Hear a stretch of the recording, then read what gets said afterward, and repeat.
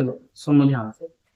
History में जो कल आपको पढ़ाया था, कल पढ़ाया था ना हिस्ट्री, कल पढ़ाया था परसों पढ़ाया था, परसों। हिस्ट्री में कहां तक पढ़ाया था? नवपाषाण काल। नवपाषाण काल पूरा हो गया था, नवपाषाण काल तक के क्वेश्चन पूरे करा दिए थे और वो मैंने सेंड कर दिए। आज जो हमें बात करनी है बहुत ध्यान से, आज हम अपनी जर्नी जो शुरू करेंगे वो करेंगे सिंधु घाटी की सभ्यता से। कहां से? सिंधु घाटी की सभ्यता। और यहाँ से हिस्ट्री और इंटरेस्टिंग होती चली जाती है। पर इस सिंधु घाटी सभ्यता से पहले आप लोग कांस्य युगीन सभ्यता के बारे में भी सुना होगा, है ना? अगर नहीं सुना होगा तो मैंने सुना दिया, कांस्य युगीन सभ्यता। ठीक है, इस कांस्य युगीन सभ्यता से पहले आते ताम्र पाषाण कालीन सभ्यता। कौन सी? ताम्र पाषाण कालीन सभ्यता। बहुत ध्यान समझ के चलना चीजों को। नव पाषाण काल तक मैं कैसे लेकर आया अभी उसका चार्ट दिखाऊंगा। फिर इस नव पाषाण काल से मैं कैसे ताम्र पाषाण पे आऊंगा, इस कैसे ताम्र पाषाण से मैं कैसे कांस्य युग पे आऊंगा, और उस कांस्य युग से कैसे मैं सिंधु घाटी सभ्यता में एंट्री करूंगा। ठीक है, तो सिंधु घाटी सभ्यता जो है, उस सिंधु घाटी सभ्यता से पहले हम दो चीजें देखेंगे। एक तो ताम्र पाषाण, ताम्र का मतलब तांबा और पाषाण का मतलब पत्थर, और इंग्लिश में इसको बोलते हैं चैल्कोलिथिक। क्या बोलते हैं? चैल्कोलिथिक, या कहीं कहीं ना इसको कैल्कोलिथिक भी बोल देते हैं। क्या बोलते हैं? कैल्कोलिथिक। कभी आपसे पूछा जाएगा चाल्कोलिथिक पीरियड किस काल से संबंधित था, तो सीधा बताएंगे ताम्र पाषाण काल से। ठीक है, तो ताम्र पाषाण मतलब तांबा और पाषाण। ठीक है, तो इस वाले युग में हम तांबे और पत्थर दोनों के औजार देखेंगे। जैसे आप इस वाली इमेज को देख, इसने तांबा और पत्थर दोनों का यूज करना शुरू करा, यानी कि अब तांबे के औजार भी बनाना शुरू कर रहा है, तांबे के उपकरण बनाना शुरू कर रहा है मनुष्य जो है। तो तांबे का उपकरण का उसके दिमाग में कैसे आया, लोहे का क्यों नहीं आया, और कांसे का कैसे आया, उसने कैसी चीजें सोची। तो सीक्वेंस जो हमें बनानी है वो कैसे बनानी है? तांबा, कांसा और लोहा। ठीक है, तांबा, कांसा और लोहा, यानी कि तांबा मतलब कि आपका कॉपर, कांसा यानी कि ब्रॉन्ज, और लोहा यानी कि आयरन। तो कॉपर, ब्रॉन्ज, आयरन। तो कॉपर, ब्रॉन्ज, आयरन को पढ़ने से पहले हमने क्या पढ़ा था? नवपाषाण काल तक का। तो एक बार नवपाषाण काल तक की पिक्चर को देखो ध्यान से, सब यहीं पर नवपाषाण काल को यहाँ पर देखना।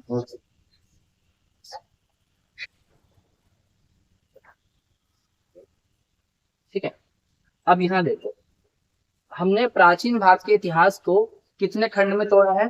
3 खंड में। पहली क्लास होगी दोबारा साथ। तो प्राग, आद और ऐतिहासिक, प्री, प्रोटो और हिस्टोरिक। इसमें से हमने क्या पढ़ा? Pre historic. बिल्कुल सीक्वेंस में पढ़ा है मैंने आप लोगों को। प्री हिस्टोरिक, इस प्री हिस्टोरिक के 3 खंड थे, पूरा पाषाण, मध्य पाषाण और नवपाषाण। ठीक है, इसके 3 खंड थे, और इसमें भी पूरा पाषाण काल के भी 3 खंड थे, निम्न पूरा, मध्य पूरा और उच्च पूरा। तो सबसे पहले हमने ये 3 खंड पूरे किए थे। देखो ध्यान से, अगर सही, इस 3 खंड को पूरा कराने के बाद मैं आपको कहां पे लेकर आया था? मध्य पाषाण काल में, यहाँ। ठीक है, और इसी मध्य पाषाण काल में आपने देखा था कि इसी को हमने बोला था संक्रमण काल, क्योंकि ये किस किस के बीच है? पूरा के और नव के। ठीक है, तो हमने पूरा कंप्लीट कर लिया, फिर हमने इसको भी कंप्लीट कर लिया। देखो 10,000 से 7,000 BC को। क्लियर हो रही है सीक्वेंस सारी? इसको पूरा कर लो। इसके बाद हमने 7,000 से 2500 या लगभग 3,000 बोलते हैं, नव को भी पूरा कर लिया। तो इसका मतलब ये हुआ कि हमने अपनी प्री हिस्ट्री या प्राग ऐतिहासिक, है ना, इसके 3 खंड पूरे किए, पूरा, मध्य और नव। सही, और इस नव के बाद शुरू कर रहे हैं हम क्या? आद। तो अब इस नव के बाद आद में आने से पहले मैं बीच में 2 कालखंड और बता रहा हूं। एक ताम्रपाषाण, दिख रहा है? ताम्रपाषाण, और एक कांस्य। तो तांबे और कांस्य का ज्ञान समझ लो। जैसे तांबे और कांस्य का ज्ञान समझ लोगे तो हम एंट्री कर जाएंगे इसमें। मतलब ये हुआ कि जो नवपाषाण का एंड भाग है, उस एंड भाग से आज ऐतिहासिक का स्टार्टिंग भाग शुरू होता है। ठीक है, तो नव में ही, इस नव पाषाण काल में ही मनुष्य को धातु का ज्ञान होना शुरू हुआ। किसका? धातु का। जब धातु का ज्ञान होना शुरू हुआ व्यक्ति को, तो धातु के ज्ञान में उसको जो पहली धातु का ज्ञान हुआ, उस धातु का नाम था तांबा। क्या था? तांबा। तो जब तांबे का ज्ञान हुआ तो उसने तांबे के उपकरण बनाए। जब तांबे के उपकरण बनाएगा, वो ये नवपाषाण काल के एंड का पीरियड चल रहा है, ठीक है। तो नवपाषाण काल के बाद जो हिस्ट्री स्टार्ट हुई, उसको हमने बोला ताम्र पाषाण कालीन सभ्यता या ताम्र पाषाण कालीन संस्कृति। ये संस्कृति क्या होती है, सभ्यता क्या होती है, अभी लिखूंगा थोड़ी देर में। तो ये समझ में आया कि नवपाषाण काल में जो मनुष्य था, जिसने वहां पर नवपाषाण काल के अंतर्गत आते आते उसने कृषि सीख ली थी करनी, कृषि उत्पादन करना शुरू कर दिया था, उसी में उसका विकास होना शुरू हुआ। तो कृषि के साथ साथ उसे धातु के रूप में तांबा दिखाई, और तांबा और लोहा दोनों ही दिखाई दिया। आप समझ होते ध्यान से, तांबा लोहा दोनों दिखाई, लेकिन उसने यूज पहले तांबे का किया और उसको कहा ताम्र पाषाण कालीन संस्कृति एक तरीके से। तो तांबा लोहा दोनों थे उसके सामने, पर उसने तांबे का ज्यादा यूज करा। तांबे का यूज क्यों किया? क्योंकि तांबे का जो गलनांक था लोहे से कम था। लोहा गलाओगे तो बहुत आग देनी पड़ेगी उसको, तांबा लोहे से जल्दी गल जाता था। तो उन्होंने सोचा यार यही सही है, ठीक है, मिली दोनों चीजें, लेकिन उनको तांबा जल्दी गल गया तो उसने उसको उपयोग में कर लिया। इसलिए नवपाषाण काल के बाद हम आते हैं ताम्र पाषाण संस्कृति में, कि मनुष्य को पहले किसका ज्ञान हुआ? धातु का। अब इन्हीं मनुष्य का व्यापार चलता था पश्चिमी एशिया के साथ। किसके साथ? पश्चिम एशिया। पश्चिम एशिया में एक सभ्यता पड़ती है मेसोपोटामिया की सभ्यता, है ना। ईरान इराक का जो इलाका पड़ता है ना, ईरान वाला इलाका, वही वाला है ना मेसोपोटामिया सभ्यता। इस मेसोपोटामिया सभ्यता को मैं पढ़ाऊंगा आपको। अभी फिलहाल हम इस पे बात करते हैं ताम्र पाषाण पे। जब सिंधु घाटी की सभ्यता का जिक्र करूंगा तभी मेसोपोटामिया की सभ्यता का जिक्र करूंगा, अभी समझना।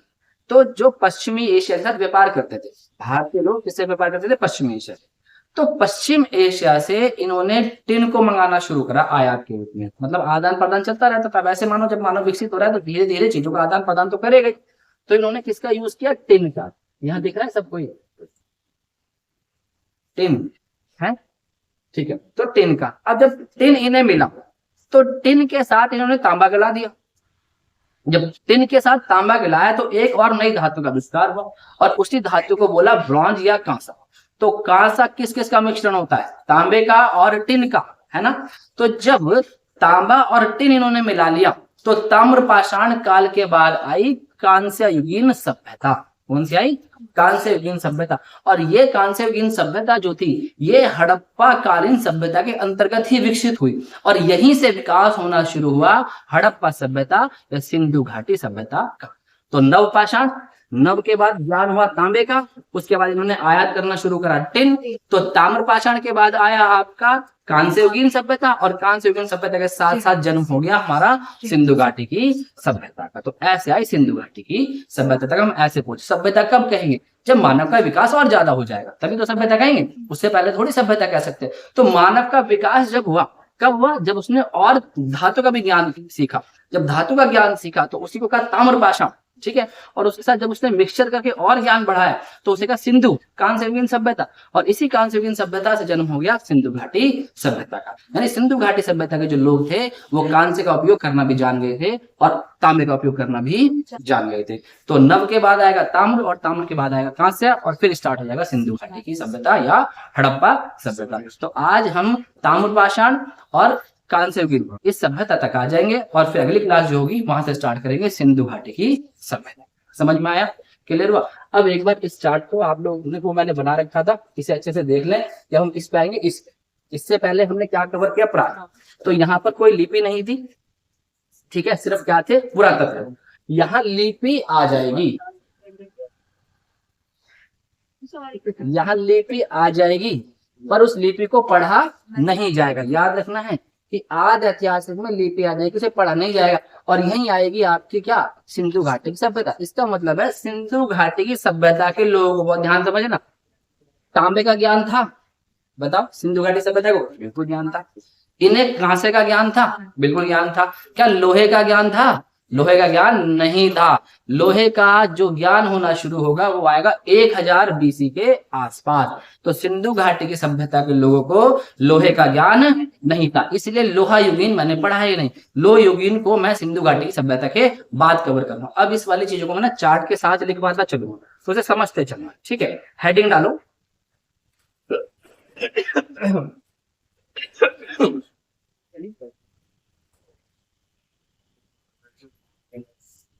हेडिंग डालो, पूर्व ऐतिहासिक काल से आदि ऐतिहासिक काल तक का समय।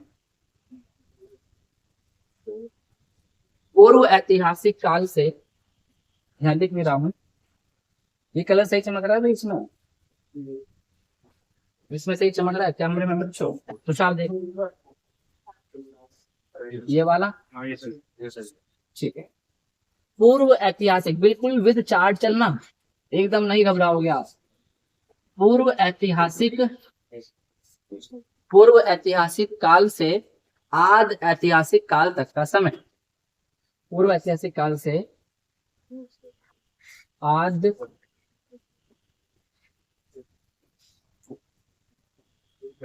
ऐतिहासिक काल तक का समय, मैं साथ साथ बोल रहा हूँ।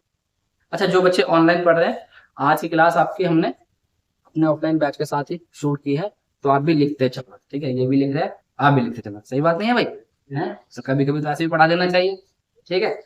चलो, तो पूर्व ऐतिहासिक काल से आदि ऐतिहासिक काल तक। अब सब लोग उस इमेज को अपने माइंड में दोहराओ, पूर्व ऐतिहासिक काल से आदि ऐतिहासिक काल तक आप कैसे है देखना, जहां मैं बता रहा हूँ ऐसे बना के चलना बिल्कुल।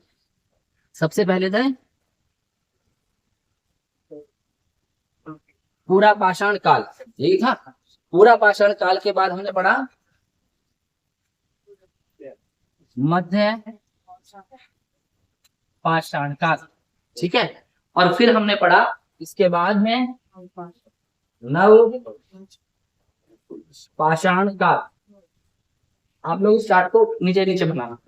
तो पूरा पाषाण से हम कहां तक आए हैं, नव पाषाण काल तक। बनाए चार्ट को ऐसे ही, पूरा पाषाण, मध्य पाषाण और नव पाषाण।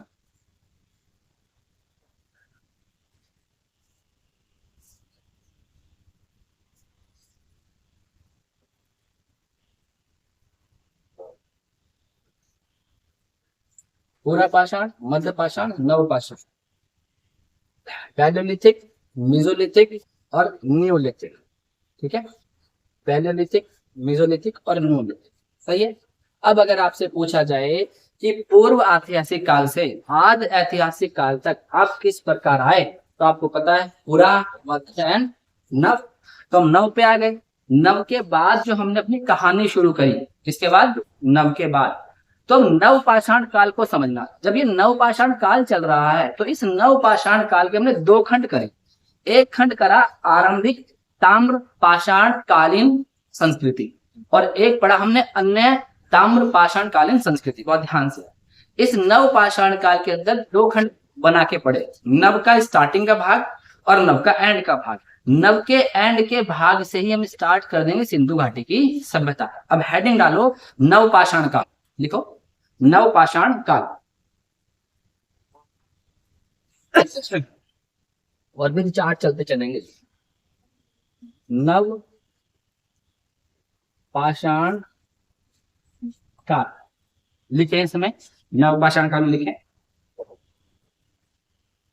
देखो नव पाषाण काल के अंतर्गत, नव पाषाण काल के अंतर्गत हम आरंभिक ताम्र पाषाण काल, हम आरंभिक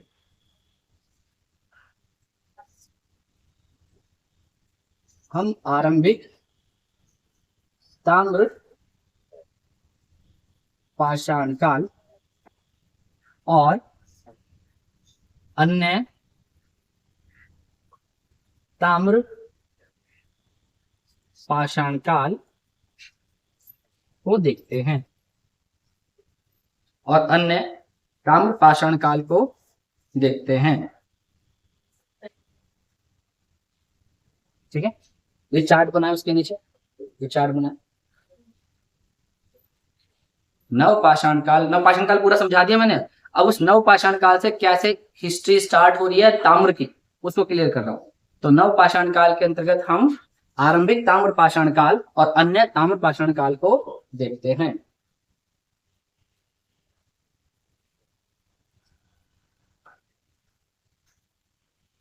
यहां तक दिख रहा है ये कैमरे में? बस ऐसे कर देना, तुमने बोलना नहीं है ना, ठीक है, मुझे फिर आवाज बहुत ज्यादा हो जाती है। कट तो जैसे। अब समझो ध्यान से, अभी आपको फिर मैं एक चार्ट दिखाता हूँ वही वाला, बिल्कुल हर एक चीज को स्टार्ट अच्छे से। ये है आपका, ये 3000 से 620 तक, 3000, इसका मतलब है आज ऐतिहासिक काल कहां से स्टार्ट हो रहा है, लगभग 3000 से। और मैंने कहा कि नव पाषाण काल को हम दो भाग में बांट के पढ़ रहे हैं, एक आरंभिक ताम्र और एक अन्य ताम्र। ठीक है, तो जरा आरंभिक इस टाइम को ध्यान रखेंगे, 3000 यानी 3025 के आसपास हमें क्या दिखाई देना शुरू हो जाएगा, आज ऐतिहासिक काल दिखाना स्टार्ट हो जाएगा। तो अब यहाँ देखो, आरंभिक ताम्र पाषाण काल का समय लिखो, इसमें लिखो 3500 ईसा पूर्व, 3500 ईसा पूर्व, या इसको बोलते हैं 3500 बीसी, 3500 ईसा पूर्व या 3500 बीसी। इसका मतलब है आपने आद ऐतिहासिक काल में एंट्री कर दी है, 3000 के आसपास का टाइम था उसका। ठीक है, तो मैं आपको कहां से लेके चल रहा हूँ, उस आद के 3000 से लेके चल रहा हूँ। तो 3000 में हमने नव पाषाण काल का एंड जब भाग चल रहा था, तो उस नव पाषाण काल के दो खंड तोड़े, एक ताम्र और एक अन्य ताम्र और अन्य ताम्र। अब आपके दिमाग में एक बात ये आई होगी, भाई ये भी तांबा और ये भी तांबा, तो दोनों में क्या अंतर है, तांबा ही तो चल रहा है, तो तुमसे अन्य तांबा क्यों लिखा, अभी क्लियर करता हूँ क्यों लिखा थोड़ी देर में। तो लिखा आरंभिक ताम्र पाषाण काल। इस आरंभिक ताम्र पाषाण काल के अंतर्गत ही हम देखेंगे किसको, हड़प्पा सभ्यता। किसको देखेंगे, हड़प्पा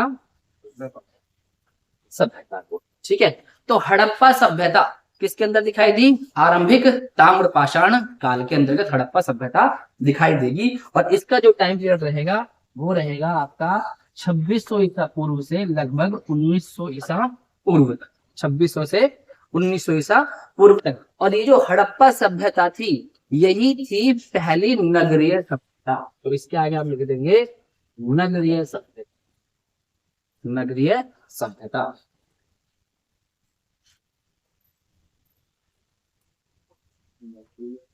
ठीक है, तो आगे हड़प्पा सभ्यता, इसका मतलब है जो आरंभिक ताम्र पाषाण कालीन सभ्यता थी वो कहां से चल रही है, 3500 से पूरा शुरू हो गई।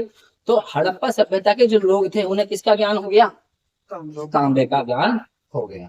ठीक है, हड़प्पा सभ्यता के लोगों का ज्ञान था तांबे का। और ताम्र पाषाण कालीन सभ्यता को ही हमने बोला था कैल्कोलिथिक एज या चैल्कोलिथिक एज। ठीक है, अब अन्य ताम्र पाषाण में हो, इस अन्य ताम्र पाषाण कालीन स्तर में हम क्या पढ़ेंगे, इसके अंदर हम पढ़ेंगे आपका ताम्र पाषाण कालीन स्थल, ताम्र पाषाण कालीन स्थल। और इसका जो टाइम पीरियड रहेगा, इसका रहेगा आपका 2000 से लगभग 1000 ईसा पूर्व तक। तो अब जरा सोचो, ये आ गए 2000 से 1000 ईसा पूर्व तक। तो जो अन्य ताम्र पाषाण था, सिंधु घाटी की सभ्यता 2600 से 1900 में खत्म हो जाएगी सिंधु घाटी।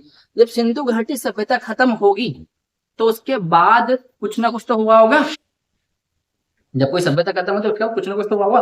तो जब मैं सिंधु घाटी सभ्यता खत्म करवाऊंगा तो कारण बताऊंगा कि इसका कारण क्या था। कोई बताया, बोलता है कि बाढ़ एक कारण थे, सिंधु घाटी के जो लोग थे उनके खत्म होने के पीछे एक कारण था बाढ़ का, कि बाढ़ आई और पूरी सभ्यता को ही खत्म करके चले गए। कोई बोलता है कि यहाँ पे वैदिक आर्य आ गए थे, कोई बोलता है यहाँ पे वैदिक आर्य आ गए थे, जिन्हें हमने बोला था कि आर्य लोग। ठीक है, तो आर्य लोगों ने इन्हें खत्म कर दिया था, कुछ ये बोलते हैं।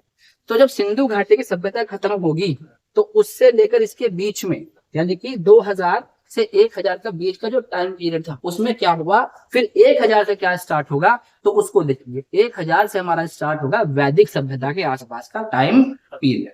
समझ में आ रहा है, क्लियर हो रहा है। अभी हमने क्या जिक्र करा कि हमने नव पाषाण काल के दो खंड कर दिए, एक आरंभिक ताम्र और एक अन्य ताम्र। अन्य ताम्र समझ, इसमें और अच्छे में अंतर क्या था, यहाँ पे जो तांबा, वो जो हड़प्पा सभ्यता के लोग थे ना, वो तांबे का यूज कर रहे थे। अब इस सभ्यता के साथ साथ कुछ और भी चीजें चल रही थी जो तांबे का यूज कर रहे थे, इसलिए उन चीजों को बोलते हैं अन्य ताम्र।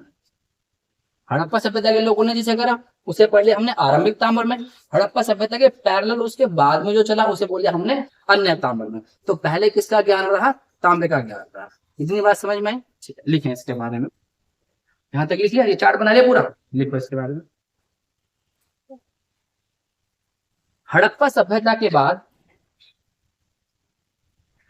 हड़प्पा सभ्यता के बाद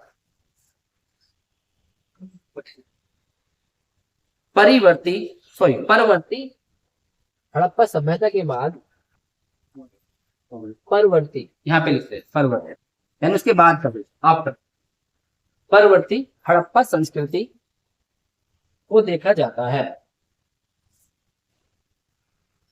परवर्ती हड़प्पा संस्कृति को देखा जाता है जिसका टाइम पीरियड 1900 से 1300 ईसा पूर्व तक चलता है, जिसका टाइम पीरियड 1900 से 1300 ईसा पूर्व तक चलता है।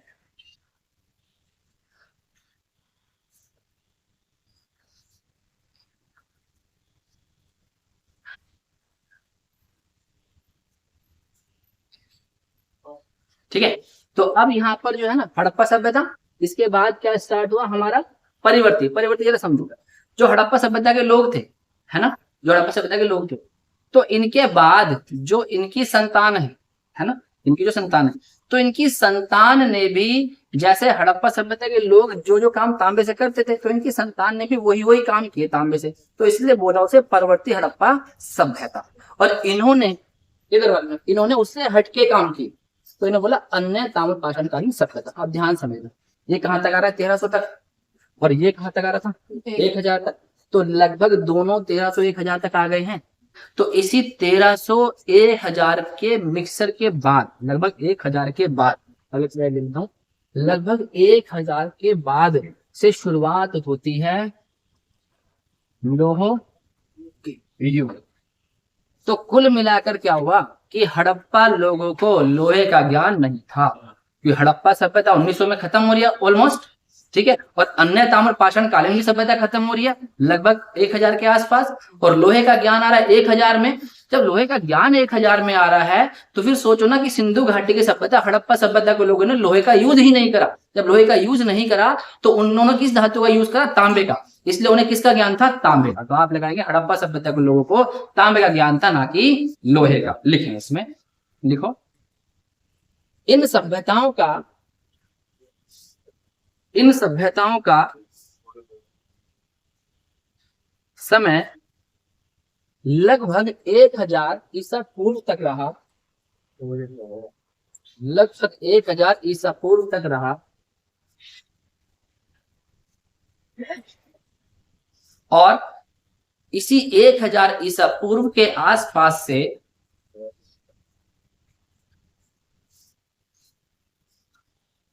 लोहे का प्रयोग शुरू हुआ, और इसी 1000 ईसा पूर्व के आसपास से लोहे का प्रयोग शुरू हुआ।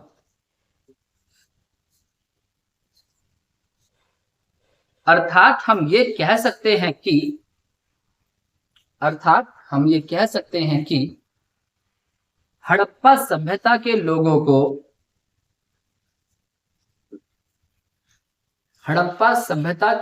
को तांबे का ज्ञान था।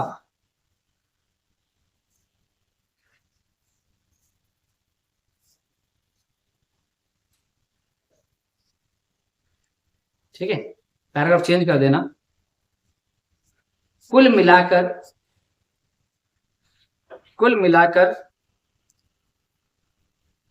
हड़प्पा सभ्यता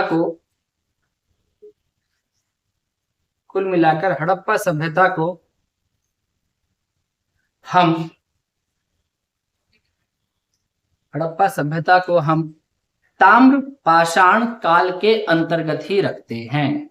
इसे बॉक्स में बंद कर लेना है। कुल मिलाकर हम हड़प्पा सभ्यता को ताम्र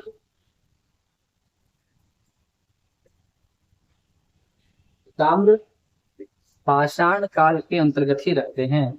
कुछ बात हुई क्लियर? हड़प्पा सभ्यता किस में रही? ताम्र पाषाण काल में रही। आप टाइम तो देखो जरा, देखो ना, 3500 से शुरुआत हो रही है और हड़प्पा सभ्यता कहां तक, 1900 तक जा रही है। और इसे क्या बोल रहा हूँ, आरंभिक ताम्र, यानी कि आरंभिक तांबे का जो ज्ञान था, तो तांबे का धातु का यूज किया वो किसने करा, हड़प्पा सभ्यता के लोगों ने। उसके साथ साथ एक सभ्यता और चल रही है, उसे भी तांबे का ज्ञान हो रहा है, तो उन्हें बोलते अन्य ताम्र पाषाण कालीन सभ्यता या संस्कृति। ठीक है ना, संस्कृति और सभ्यता में क्या अंतर होता है उसको भी समझ लो एक बार, क्योंकि कभी हम देखते हैं हड़प्पा संस्कृति, कभी हम देखते हैं हड़प्पा सभ्यता, कभी अन्य ताम्र पाषाण कालीन संस्कृति। तो संस्कृति क्या होती है? जब एक पर्टिकुलर क्षेत्र में, है ना, जब एक पर्टिकुलर क्षेत्र में एक ही रीति रिवाज से कुछ लोग रह रहे हैं, एक छोटे क्षेत्र, तो उसको बोलते हैं संस्कृति की। और जब वही लोग एक बहुत बड़े रीजन में, उनका विस्तार हो जाए बहुत बड़े इलाके में, है ना, और उनकी आने वाली पीढ़ी भी उसी चीज का प्रयोग करे जो उनके पूर्वज प्रयोग कर रहे थे, और वो भी एक बड़े दायरे में फैल जाए, तो वहीं से जन्म होता है सभ्यता का। तो सभ्यता एक बड़े स्तर पर काम करते हैं और संस्कृति एक छोटे स्तर पर देखी जाती है। ये अंतर है किसका, संस्कृति और सभ्यता का। जब मैं हिस्ट्री में आर्ट एंड कल्चर पढ़ाऊंगा उस समय और इस पे हम बात करेंगे संस्कृति और सभ्यता पे। फिलहाल के लिए इतना कंफ्यूजन होता है बच्चों को कि कहाँ पूरा, कहाँ मध्य, कहाँ नव, कहाँ ताम्र और कहाँ कांस्य। तो अभी तक आपने क्या देखा, ताम्र पाषाण। तो ताम्र पाषाण किसके बाद स्टार्ट हो रहा है, हमारा नव पाषाण काल के साथ साथ उसके एंड में ताम्र पाषाण। और इसी तांबे का ज्ञान हो रहा है हड़प्पा सभ्यता के लोगों को। तो आरंभिक ताम्र का किसी से ज्ञान था, वही थे हड़प्पा सभ्यता के लोग। तो वहां पे जो लोग थे उन्हें कहा हड़प्पा सभ्यता के लोग। अभी जब हड़प्पा सभ्यता पढ़ाऊंगा तब समझाऊंगा कि क्यों इसका नाम हड़प्पा सभ्यता पड़ा, किसने इसका नामकरण किया, वो फैक्चुअल पॉइंट वहां पे पढ़ूंगा। अभी एक बार बस माइंड में पिक्चर इमेज क्लियर करो कि भाई नव, तांबा, और उसके बाद आपका कांसा, और फिर आपका लोहा। समझ में आया, नव, तांबा, कांसा। तांबे का यूज इन्होंने करा, इसलिए हड़प्पा सभ्यता को तांबे का ज्ञान। ठीक है, अब समझो ध्यान से यहाँ पर बात। अब ये लोग क्या करते थे, जैसे पश्चिमी एशिया का व्यापार चलता है ना, तो उस व्यापार के दौरान ये आयात करते थे। आयात में ना तीन चीजों का मैक्सिमम आयात होता था यहाँ पर। एक तो आयात होता था चांदी का, एक आयात होता था अरबी घोड़ों, घोड़े भी बोल सकते हैं, अरबी घोड़े बोल लो, है ना, और एक आयात करते थे टिन का।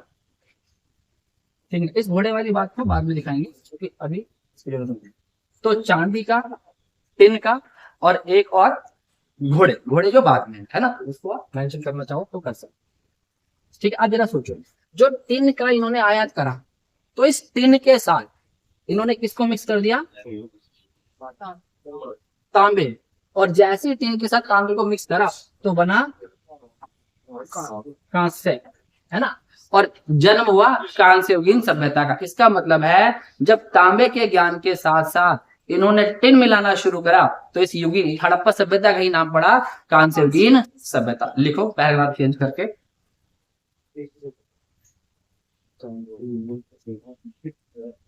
जब हड़प्पा सभ्यता के लोगों ने तांबे के साथ टिन का, जब हड़प्पा सभ्यता के लोगों ने तांबे के साथ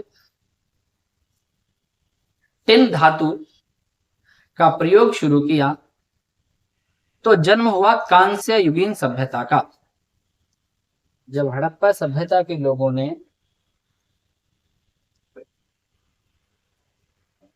तांबे के साथ टिन का प्रयोग शुरू किया तो जन्म हुआ कांस्य युगीन सभ्यता का।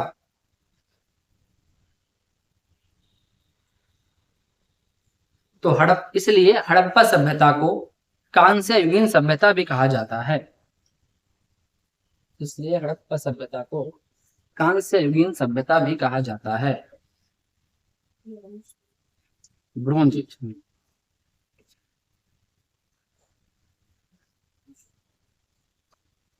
अब आप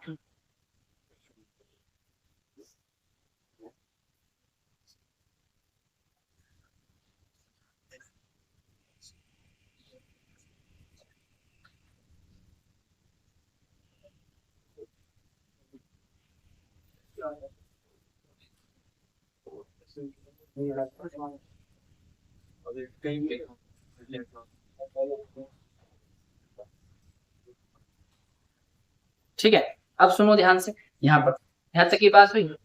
तो आप जरा टेक्निकल बात को समझो। कांसा किसके बाद आ रहा है, तांबे के, है ना, तांबे के बाद ही तो कांसा आ रहा है। जब तांबे के बाद कांसा आ रहा है, जब तांबे के बाद कांसा आ रहा है तो कांस्य युगीन सभ्यता ताम्र पाषाण युगीन सभ्यता के बाद ही तो रहेगी।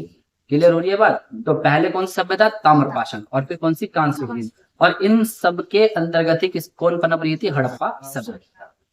समझ में आ गया। तो लिखो इस पॉइंट को, लिखो इस पॉइंट को कि कांसे का ज्ञान तांबे के बाद हुआ, इसलिए कांस्य युगीन सभ्यता ताम्र पाषाण युगीन सभ्यता के बाद की है।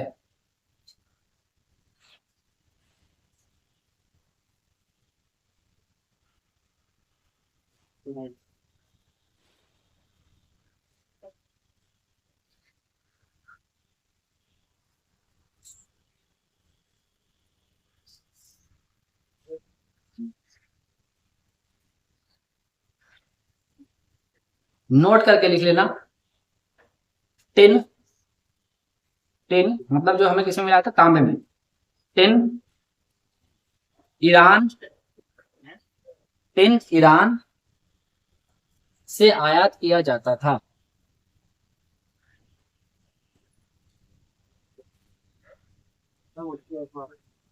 ठीक है, तो टिन कहां से आयात किया जाता था, ईरान से। तो यहां तक हमारा खत्म हुआ। अब आपको समझ में आया होगा ताम्रपाषाण कैसे आया और हमारा कांस्य युगीन सभ्यता कैसे आई। ठीक है, अब हम स्टार्ट करेंगे किसको, हड़प्पा सभ्यता। क्लियर हुआ। अब अगर सीक्वेंस लगाने के लिए आती है ताम्रपाषाण, कांस्य युगीन और हड़प्पा सभ्यता, ठीक है, या नव पाषाण, तो कैसे लगाएंगे, नव फिर ताम्र फिर कांस्य। ठीक है, और तांबे और कांस्य के साथ साथ ही क्या चल रही है, हड़प्पा सभ्यता। यानी कि हड़प्पा सभ्यता के लोगों को किसका ज्ञान था, तांबे का ज्ञान था, कांस्य का ज्ञान था, लोहे का ज्ञान नहीं था। क्लियर हुआ। हेडिंग डालो, ताम्र पाषाण कालीन संस्कृतियां। ताम्र पाषाण कालीन संस्कृतियां मतलब मेन संस्कृति बता रहे कौन कौन सी थी। पहले लिखो बनास, पेपर में आएगी बनास, बनास और स्लैश करके आहाड़ संस्कृति, आहाड़ संस्कृति, बनास और आहाड़ संस्कृति।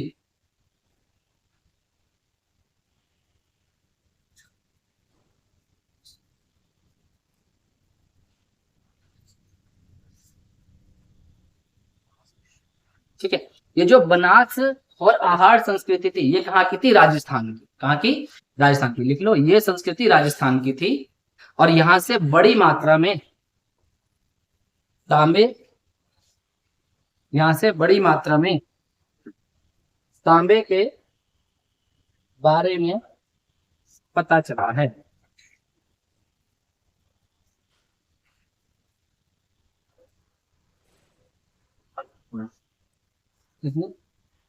यहां से तांबे से बनी कुल्हाड़ियां, चूड़ियां तथा चादर प्राप्त हुई हैं।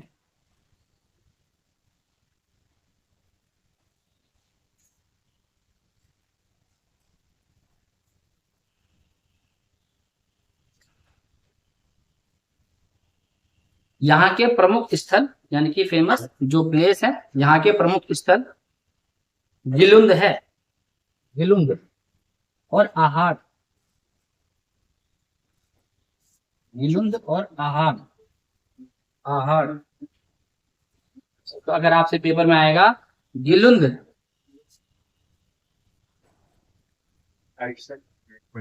इसके आगे से गिलुंद और आहट। इसका मतलब अगर आपके पेपर में आया कि गिलुंद जो है वो कौन सा स्थल है, तो ताम्र पाषाणकालीन स्थल। यहां से क्या मिले, तांबे की चीजें मिलनी शुरू हो गई है। तो अगर पेपर में आता है बनास संस्कृति कहाँ की है, तो ताम्र पाषाणकालीन संस्कृति। क्लियर हो रहा है, नव पाषाणकालीन नहीं, कौन सी, ताम्र पाषाणकालीन संस्कृति। नेक्स्ट लिखो इसमें कायथा संस्कृति, कायथा संस्कृति, कायथा, कायथा संस्कृति। देखो कायथा संस्कृति ये मध्य प्रदेश की है,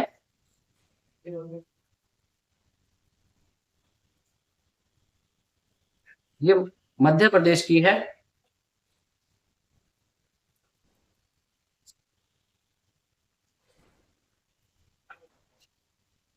ठीक है, उसके बाद लिखेंगे नेक्स्ट मालवा संस्कृति, मालवा संस्कृति, मालवा संस्कृति लिखेंगे यहां पर मालवा संस्कृति। यहां से कृषि के साक्ष्य मिले हैं,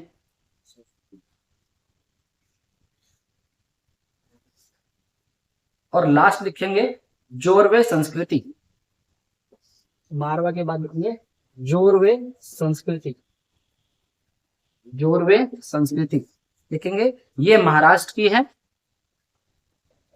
ये महाराष्ट्र की है और यहां से कांसे की वस्तुएं मिली थी। ये महाराष्ट्र की है और यहां से कांसे की वस्तुएं मिली थी। अब आप ये देखो, तांबा भी मिल गया और कांसे भी मिल गया और इन संस्कृतियों में तांबे का यूज किया गया है, कुल्हाड़ियां बनाई गई है, पत्थर के औजार बनाए गए हैं, इन्हें मिक्स करके चीजें बनाई गई हैं। तो यहाँ पर हमारा खत्म होता है आपका ताम्रपाषाण और आरंभिक ताम्रपाषाण और आपका कांस्ययुगीन सभ्यता। अब हम स्टार्ट करेंगे हड़प्पा सभ्यता। तो हड़प्पा सभ्यता कितने नाम है? सिंधु घाटी की सभ्यता है या कांस्ययुगीन सभ्यता है या हड़प्पा सभ्यता है। अब उन चीजों को मैं क्लियर करूंगा। अभी आज की जो क्लास थी वो आपको ये समझाना था कि नव के बाद कैसे तांबा, कैसे कांसा और कैसे लोहा। तो अब इनके बीच में हड़प्पा सभ्यता। अब अगर मैं हड़प्पा सभ्यता के लिए तांबे का यूज करूं, हड़प्पा के लिए मैं कांसे का यूज करूं, तो आपको दौर पता रहेगा टेक्निकली रूप से कि भाई पहले तांबा था तो इसलिए भैया तांबे का बता रहे हड़प्पा सभ्यता में, फिर कांसा आया इसलिए कांसे का बता रहे हड़प्पा सभ्यता में। तो हड़प्पा सभ्यता के अंदर अब इन चीजों का मिक्सचर देखेंगे। तो पहले पिक्चर का खाचा बनना चाहिए था, वो खाका तैयार हुआ कि भैया हमने क्या करा, पूरा मध्य नव, तांबा कांस्य लोहा, ठीक है। और अब उसी तांबे में हमने किसको स्टार्ट करा, हड़प्पा सभ्यता का। तो नेक्स्ट हेडिंग डालो हड़प्पा सभ्यता, यहीं से स्टार्ट होती है हमारी हड़प्पा सभ्यता। तो नेक्स्ट पेज यहाँ पे टाइप खत्म कर देंगे और हेडिंग डाल देंगे हड़प्पा सभ्यता, ठीक है। नेक्स्ट क्लास में करेंगे हड़प्पा सभ्यता के बाद, ठीक।